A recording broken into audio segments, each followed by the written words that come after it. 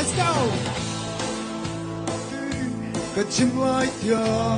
vẫn siêu là mùi đô đi cây vác qua cả tin ăn lao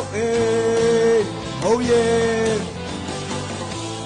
lung kỳ tung cả buồn lâu lệ anh tung ta chiều mì mùi đô phá đăng thang ôm lại cả pa sinh ngô sinh kiệt hay nói câu này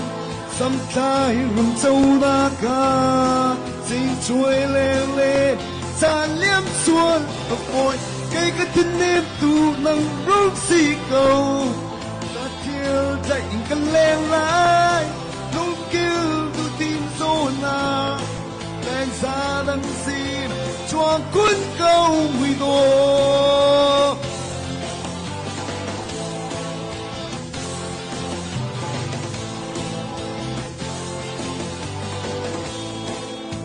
ta chỉ suy lệ nguồn cho va na kinh mình sung đều mùi độ lâu to her oh yeah mùi sầm bùm có hôi thuốc lâu sẽ câu man mình lâu mùi độ nhưng lâu ta ngày mi cái gì sinh nó sẽ kín hay nói câu này tai rầm châu na ca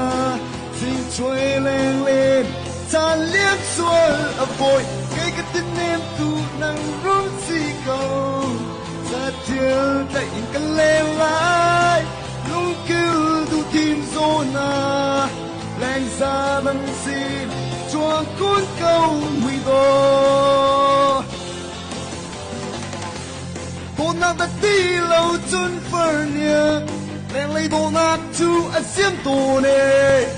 dung giá ở muốn mi chú bộ nát cái gì yeah.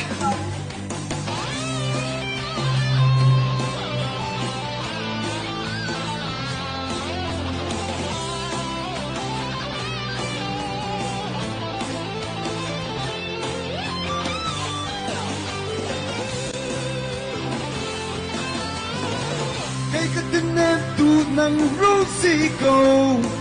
ra thiêu tại cần leo lại lúc cứ tu thêm sốt lên xa bằng xì cho cuốn câu mùi độ cây cái tin em tu nắng rút xì cầu ra thiêu tại cần leo lại lúc cứ tu thêm sốt anh ra bằng xì cho cuốn câu mùi độ